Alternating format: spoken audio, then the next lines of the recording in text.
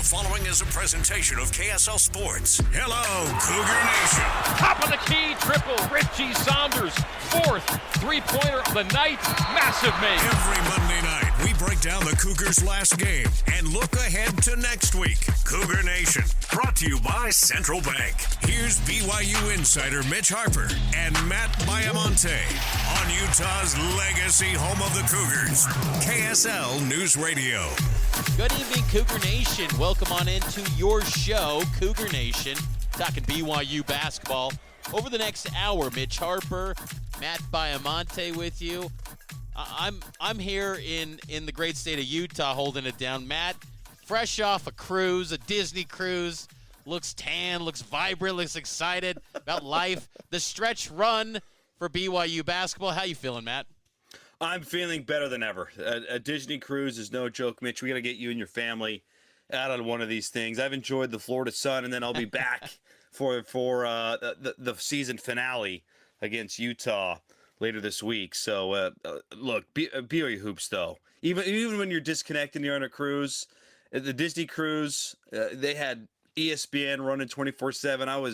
I followed the game closely, and this BYU team, man, how much fun is this team right now, Mitch? It's a lot of fun, and BYU takes down West Virginia 77-56. They're up to 6 consecutive wins this season, now up to number 23 in the AP Top 25. So we'll unpack everything that took place in that West Virginia game, look ahead to the Top 25 showdown against number 10 Iowa State, and a special treat for all of you. You hear my conversation with BYU signee AJ Dybantsa. He was at the BYU game on Saturday night, caught up with him, and you can hear that conversation coming up throughout this hour. But we got to start things off with our takeaways. Cougar Nation, takeaways. Mitch and Matt analyze BYU's last week of play and what it means for the next week. I'll start things off, Mitch. BYU gets a dominating win against West Virginia, and that second half was something to behold. It was a little dicey in that first half. The offense was not flowing, and I think you got to credit West Virginia's defense in that game. But I thought, and this is one of my biggest takeaways, this team's ability to win games in different ways is a real asset, especially this time of year. They only make 5 threes. They didn't take very many either. But they pounded the ball in the paint. Foose had the double-double. And to win a game like this, Mitch, I don't think they could have won this type of game last year. Last year, it felt like they had to be making and taking a lot of threes to win. And that's not what happened against West Virginia. They took very little threes. They made very little threes. But yet Foose dominated down low. They pounded the paint. It's really encouraging this type of year that even when the three is not falling, that you can still dominate a team, because they dominated them in the second half. It's really encouraging that there's multiple ways to win. It's a great point. BYU was 0 of 4 from 3 in the first half, and then they finished the game 5 of 15, and they score 77 points against the West Virginia defense. It's one of the best in the Big 12. And BYU put up 52 points in the second half. I do think that is something to build on for the Cougars. And even Kevin Young, after the game, pointed out it was a tale of two halves for his team. I mean, that was ultimate tale of two halves, for us. First half, our defense held us down while we were trying to figure out, how to get in some kind of an offensive rhythm.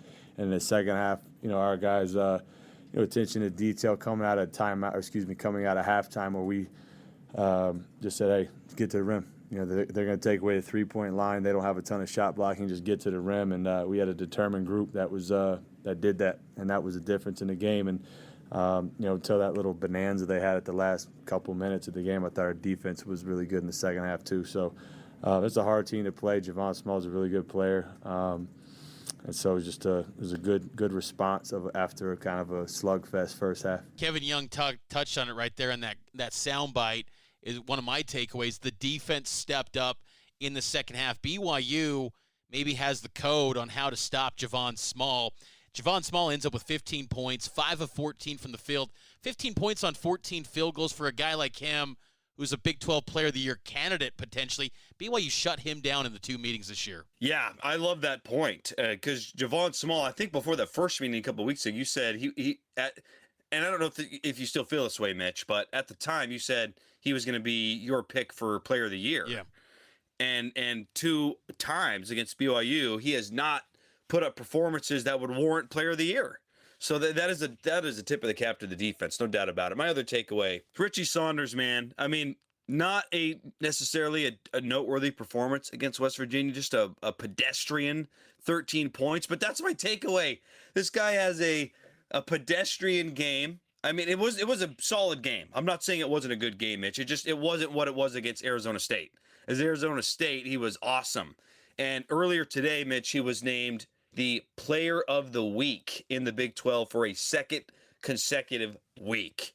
And dating back to that Arizona State win, which we haven't had a chance to discuss, he was the first BYU player in several years to have 3 in a row 20-point games.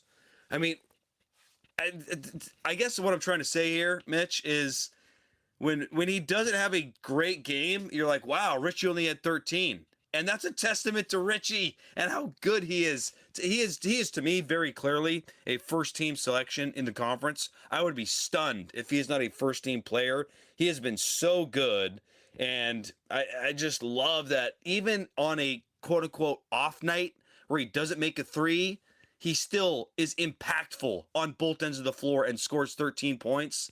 What we're witnessing from Richie Saunders is truly remarkable. The improvement from last year to this year. You never see that kind of jump. And for him to make this jump and to become the go-to guy on this team, it's impressive, man. And this was Kevin Young earlier today on Richie Saunders and how much he's improved this season. I just love coaching him because he does exactly what you ask him to do, and he does what he's good at. I think that sounds easy. I think there's a real skill to just do what you're good at and do it at a high level. I think that's part of what separates Richie. I mean, his mindset is ultimately what separates him. He just doesn't get deterred. He has an uncommon motor.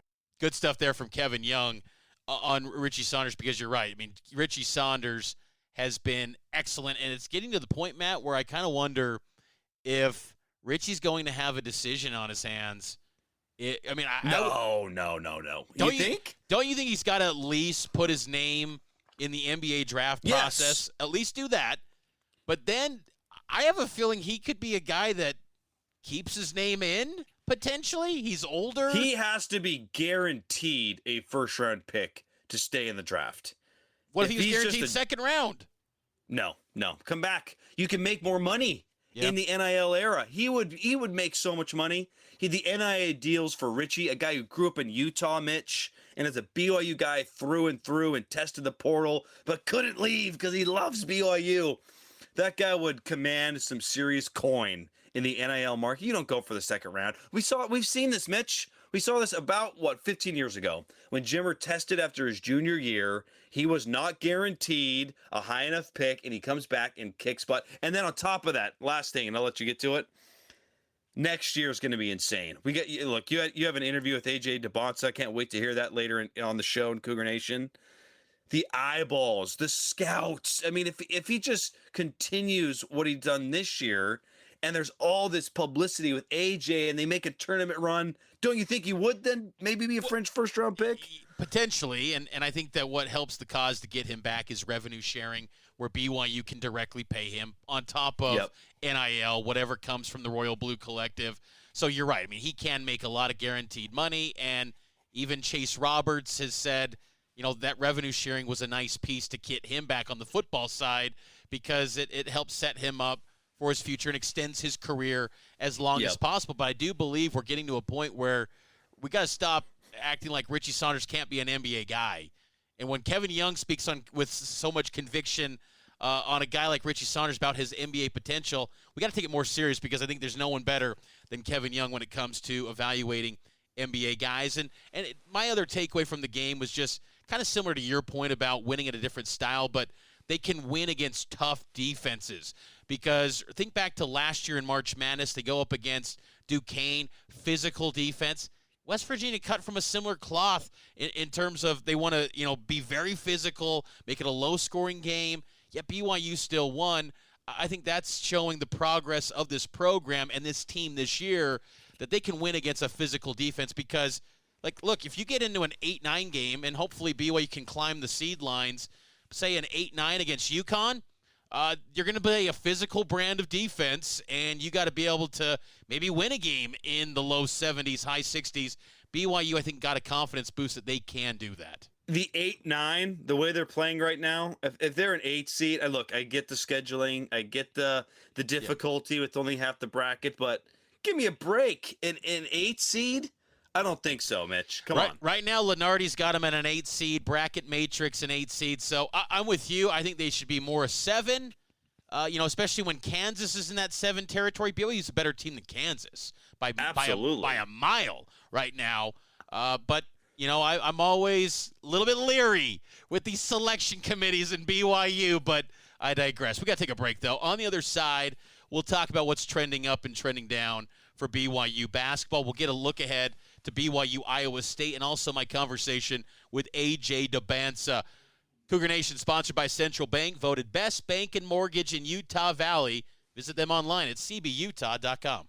Welcome back in. It's Cougar Nation. We're breaking down this hot BYU basketball team that they just keep winning. Another winning week with a road win at Arizona State and then a home win against West Virginia. And Cougar Nation every week is brought to you and sponsored by Central Bank. Let's get to our trending up and trending down. Cougar Nation trending. What's trending up and what's trending down this season?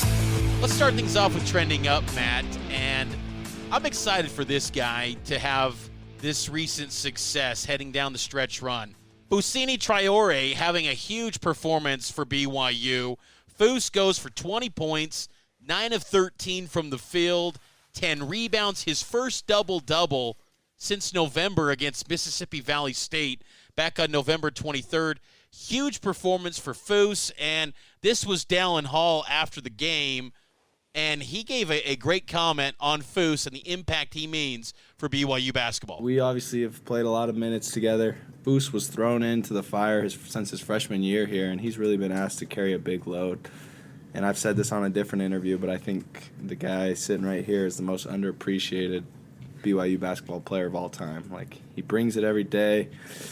He's incredible off the court. He's an amazing teammate. And so we formed a really good relationship. And he's also really easy to play with. Like, he finds the open spots. He seals smaller guys. So Yegor has just also been able to find him too. So great for our team, both on and off the floor. Like, I can't say enough about Fousseyni Traore. I love that commentary from Dallin Hall, Mitch, because I think he's right. I think he is the most underappreciated BYU player of all time. He's a decorated man, and he's going to be in a lot of lists. He's not going to set the scoring record or any of that, but when you look at top 15 lists, Foose is going to exist. And I think the other thing, too, is Foose has been really durable of late, and that's been really important. And then lastly, what I like about Foose a lot is that he is a team player. He stuck around for Kevin Young. He didn't have to do that. And he could have commanded a good opportunity elsewhere just off his productivity alone. And yet he stuck around. And then guess what? He took a different role too. Someone with the amount of points that he's scored and minutes he's played, could he have not said, I got to start or I'm leaving? And he's never said anything like that. He's just about the team. And so for him to have a double-double and a win against West Virginia, I love that selection, Mitch. Foose is going to be a key part to March Madness. He's going to be a key part to the NCAA tournament because there's going to be games where the three's not falling, and can he be effective down low? BYU was plus 24 with Foose on the court against West Virginia. It was a pick-your-poison type of game. West Virginia protected the three-point line, so BYU just feasted in the post with Foose. What's trending up for you? It's Richie Saunders. I know that might be a cop-out here, but back-to-back Big 12 Player of the Weeks. I mean, how do you not? He keeps getting better. And he has been playing his best basketball, Mitch, and his most consistent basketball when BYU needs it most. You need him against Kansas, check. On the road against Arizona, he delivers. At Arizona State, and what some people might have thought was a trap game, they were shorthanded and didn't have their best players, and Richie just feasted from the three-point line. And then against West Virginia, not having a great shooting game, but still gets to the rim, is effective, good on both ends of the floor. And so back-to-back Big 12 Player of the Week awards.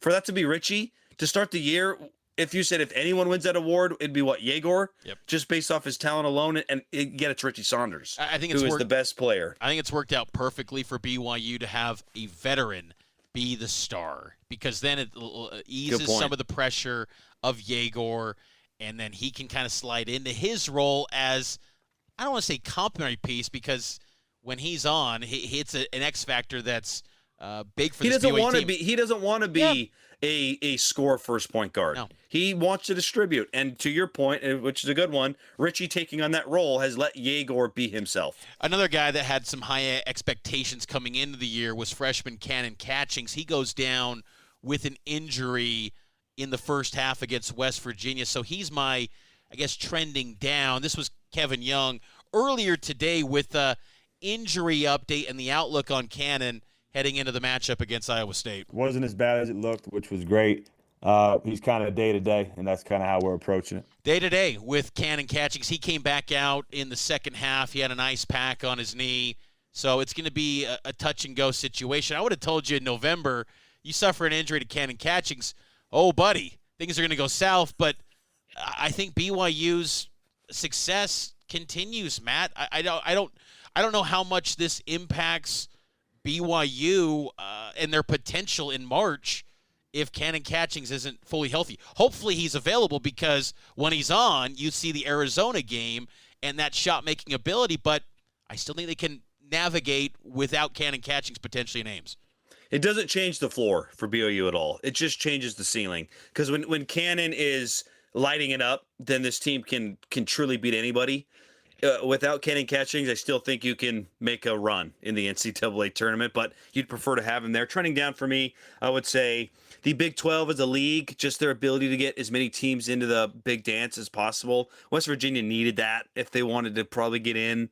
I don't know if West Virginia gets in at this point unless they make some special run in the Kansas City Big 12 championship tournament. But that doesn't affect BYU. BYU's in a great spot. I mean, from a BYU perspective, is anything trending down? I feel like everything's trending up. It's a great point, because there's not much to nitpick with this team. There's so much potential, and I think it's just great to see them in a spot where there's still room to grow, I think. And I think there's still this potential with this group that they've got another gear to them, as we've heard from players that have hopped onto this show have told us, and I believe that still, and I think that they continue every single day stacking up these days, as Kevin Young likes to talk about. They just keep getting better. So good stuff on Cougar Nation here with the trending up and trending down. Let's take a break. On the other side, we've been teasing it. Number one signee, AJ Dybantsa. I caught up with him. What's he thinking of this BYU team? Let me tell you, he's very excited about Richie Saunders. It's Cougar Nation here on KSL News Radio. The following is a presentation of KSL Sports. Hello, Cougar Nation. Top of the key, triple. Richie Saunders, fourth three-pointer of the night. Massive make. Every Monday night, we break down the Cougars' last game and look ahead to next week. Cougar Nation, brought to you by Central Bank. Here's BYU insider Mitch Harper and Matt Baiamonte on Utah's legacy home of the Cougars, KSL News Radio. Welcome back into Cougar Nation here on KSL News Radio. Mitch Harper and Matt Baiamonte with you. BYU basketball on a 6-game winning streak. They are flying high, 21-8 on the season, 12-6 in Big 12 play. They're fighting for that number 4 seed in the Big 12 Conference Tournament. If they get that, they would get a double bye and have a chance to not play until Thursday in the Big 12 Tournament. So in the current, things are really good for BYU basketball. The future is very bright as well. And I caught up over the weekend with BYU basketball signee AJ Dybantsa, the number 1 recruit in the nation. I talked to him first off about him being named McDonald's All-American and what that means to him. It's a blessing. I mean, you dream about it. One of the high school awards that you need in your resume. What's this season at Utah Prep been like so far? Playing a national schedule, getting all this attention, how's it been? Rocky. I mean, we had a coaching change, but, I mean, we've been good. Playing the national schedule, playing the best competition, that's what we want. BYU You signed with the Cougars last fall, and you make that public announcement on First Take with Stephen A. Smith. What's the reaction been from your friends, peers in basketball to you signing with BYU? I mean, no, some surprised. Obviously Stephen A. was surprised, but some people kind of knew. Assumed because I went to Utah Prep that I was going to go there. So, it was a little mixed emotions.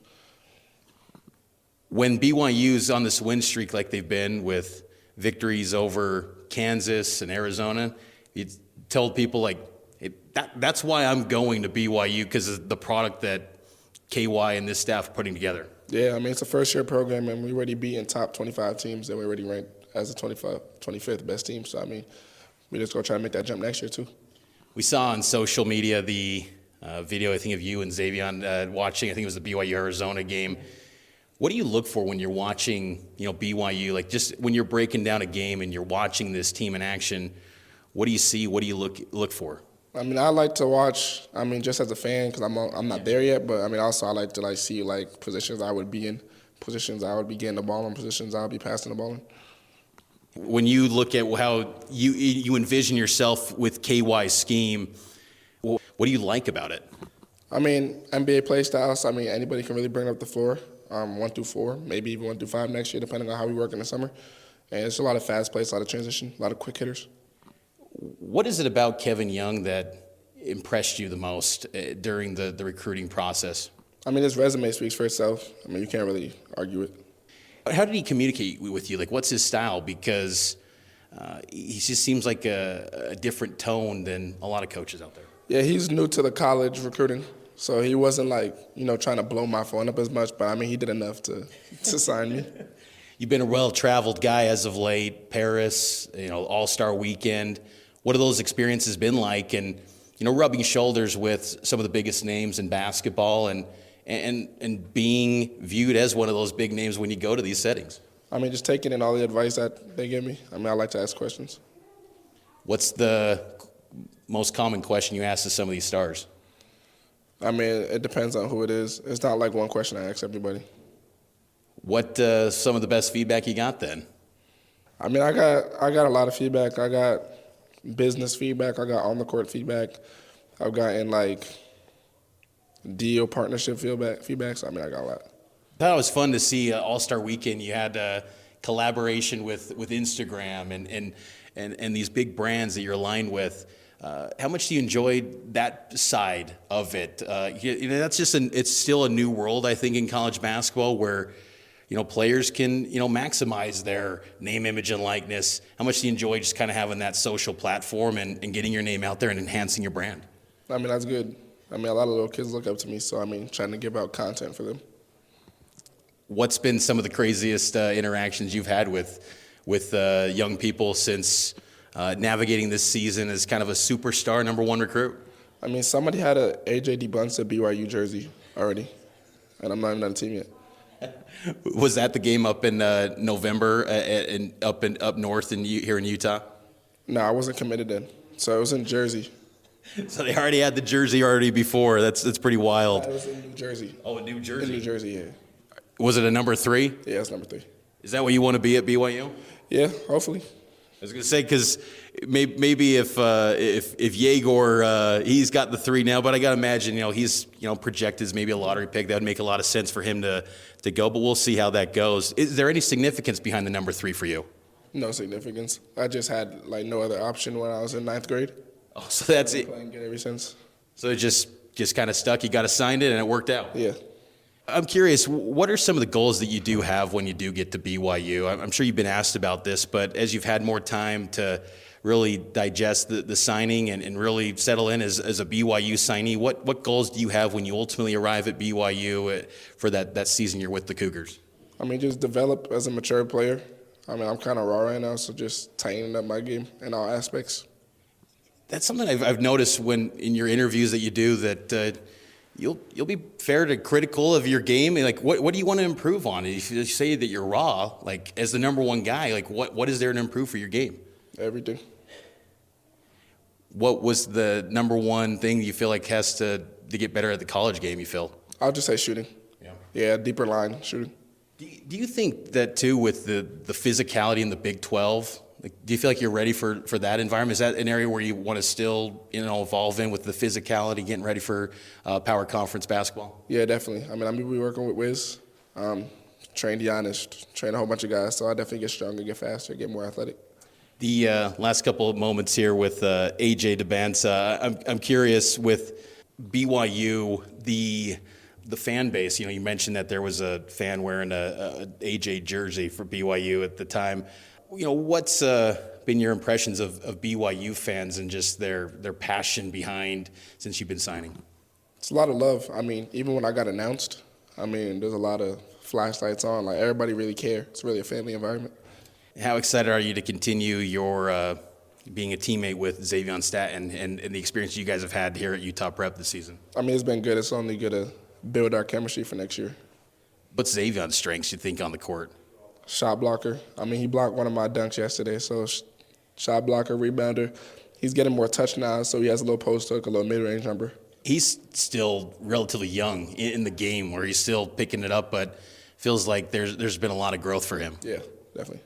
What, and I'm curious too, at BYU next season, on the court goals as far as like championships. I know you've talked about in the past that you had the pillars, but do you feel like that's something that could be obtained at BYU with, reaching the highest levels of college basketball? Yeah, so definitely this year they're going to make a tournament run. So next year we're going to try and do the same thing, Final Four. Take us through that experience with the First Take, and you talked about those national aspirations at BYU. What was that experience like at First Take and sharing that announcement on national TV? It was cool. Nobody's done it before, so I did it.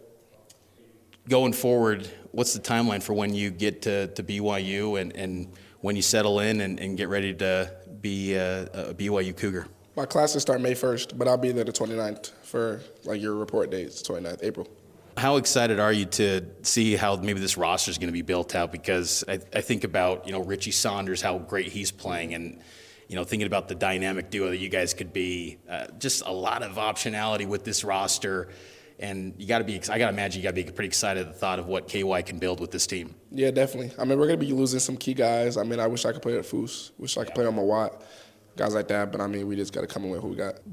BYU basketball has had they haven't had like a superstar. They've had guys like Jimmer Fredette, Danny Ainge. When you look at the history of BYU, is that something you want to do, where you become like a legend at BYU in your time before you get to the NBA? Yeah, just trying to accomplish as much as I can. Hopefully it leaves a legacy. And that's AJ Dybantsa, BYU basketball signee, going to be enrolling in classes coming up this May. So you'll see AJ very soon this spring on the campus of BYU. Cougar Nation sponsored by Central Bank, voted best bank and mortgage in Utah Valley. Visit them online at cbutah.com. Taking a break, we'll break down BYU and Iowa State next here on Cougar Nation. Welcome back into Cougar Nation here on KSL News Radio. Mitch Harper, Matt Baiamonte with you. Big game tomorrow night. Top 25 showdown, number 23 BYU at number 10 Iowa State, 7 p.m. tip-off. TV broadcast ESPN2. The radio call, of course, you can hear on KSL. Pregame at 6. Cyclones are fully healthy, Matt. They are interesting tidbit on them. I was looking at some of their box scores throughout the season because this is the first meeting between these two teams this year. Iowa State's only lost one game this year with their full roster available. That was to number 1 Auburn in Maui. They had an 18-point lead in that game, and then Auburn stormed back. So when this team's got their full collection of personnel, they don't lose. They've only lost one home game in the last 2 years at Hilton Coliseum. 22-7, number 9 in the net. Huge opportunity for BYU to climb the seed lines, but it's going to be a tough test. It would help with the seed, and it would also help with the Big 12 tournament, because if you get the 4th seed, you get a double bye. And so from that point, it's important, except I don't give a rip about the Big 12 tournament. I just don't. The only thing I care about in this game, Mitch, is getting out healthy. I don't care about the win. I don't care if you get blown out by 30. I don't care about any of it. I might prefer that, because if you just get blown out and you just run out some reserves and you stay rested and healthy, you've done everything you need to do to get to March Madness. You are a lock to go to the NCAA tournament, and that's all we care about at the end of the day. Winning in Ames, sure, that would be nice, but if they were to win in Ames and then lose in the first round to another Duquesne, you'd be pretty ticked off. Yes. So I just want to stay healthy and get to March Madness. They have done what they need to do. I love the way this team is playing. I'm not going to learn anything from this game. Even if they win, it wouldn't change how I feel about this team. I just want them to stay healthy, Mitch. Here's Kevin Young on the ultimate key against the number 10 Cyclones. I think we have to go in there with the mindset that no matter what they do, we're going to be under control offensively. And I told our guys this morning, I have a lot of respect for West Virginia and their defense, and I told our guys, I think Tyson told me that was the most points that any Big 12 team scored on them in a regulation game. And so we just try to build on things that have worked. They're different. Their defense is different than West Virginia's. But at the same time, I think I'm big on proof of concepts. Like, we've proven that we can do that against good defensive teams, particularly ones whose MO is to turn you over. So that was a weakness of ours early in the year. I think we're starting to use people's aggression against them. I think that's the ultimate key to the game. The turnover point is a good one by Kevin Young, because last year in Ames, I know a different staff and different personnel, BYU had 17 turnovers. They didn't score in the final 424 in Ames. BYU did crush Iowa State and Provo, though. I think BYU matches up really well against Iowa State, because typically Iowa State likes to they give up threes. They're a defense that takes everything away inside. Well, BYU's fine with that. They'll enjoy putting up 30-something three-pointers, and if it's like the Arizona State game, they're most likely going to knock down 50% of them. The efficiency that they're shooting at, I like this matchup. I think BYU matches up quite well with the Cyclones. They do, and I think a game like this is where the depth is really important too. Something that maybe we haven't touched on enough, Mitch, is Foose playing well against West Virginia was great, but I like in games where he's not playing as good, maybe float out of Boscovich, maybe give a little bit more run to Keita. I just like that versatility, and in a road game like this, you can throw a lot of things at the wall until something sticks and you have success. Yeah, Iowa State head coach TJ Otzelberger, he was asked on Monday about BYU's versatility on offense. High praise from Otzelberger, who's in his fourth year at Iowa State. 2 Sweet 16s under his belt already. One of the best coaches in this league. This was Otzelberger on BYU. Yeah, I mean, number one, Denham with the basketball at his size, at 6'9" or whatever he is, as a playmaker, facilitator. That's a unique endeavor for sure. The shooting and spacing, probably the only team in the league with two guys that are, mid-40s type three-point shooters that get high volume, and then also guys that come off the bench and in the rotation that you always have to honor and respect. So I think that's one thing with them that you have to factor into the equation, is how well they shoot the basketball. And then, look, they're a lot of times, they've got older guys, they've got experienced veteran guys that they know how to find ways to win. And you don't win 6 in a row in this league without having that type of experience. So I think all those things are showing up, and Saunders is playing at about as high a level as anybody is in the conference right now in terms of shooting the ball, making big plays for them late, and just competing. They're not that old, with the exception of Trevin Nell, who is old. Trevin is old. He's been around a long time. They're not that old at the end of the. I mean, Yegor's young. He's very young. So, I mean, it's just, isn't that annoying? Oh, they're old. How about they're experienced, actually? Yes. They've evolved to their experienced team, and they've got a experienced coaching staff that I believe is going to be a trendsetter in college basketball, honestly. I think a lot of college basketball programs are going to go, why are we doing what BYU's doing? Now, it's hard to replicate because you got a coach in Young who I think wanted to be here, but still, I think that BYU is a buzzy type of team right now. If you want to do the missions, have at it. Great point. I never got a 30-minute workout in my mission, Mitch, and I think that's the same for a lot of BYU athletes. It's hard to stay in shape. So no question. If TJ Otzelberger wants a couple of those, he can see how it works for him. That man, though, we talk about being in shape. He's working those.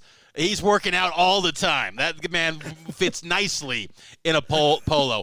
BYU, Iowa State, 7 p.m. tip, ESPN2, and here on KSL. Pregame begins at 6. We'll have coverage on KSLSports.com. It's going to be a good one. Tune in tomorrow night here on KSL, and we will talk to you on Saturday, getting you ready for BYU and Utah to close out the regular season. Have a good night, everyone.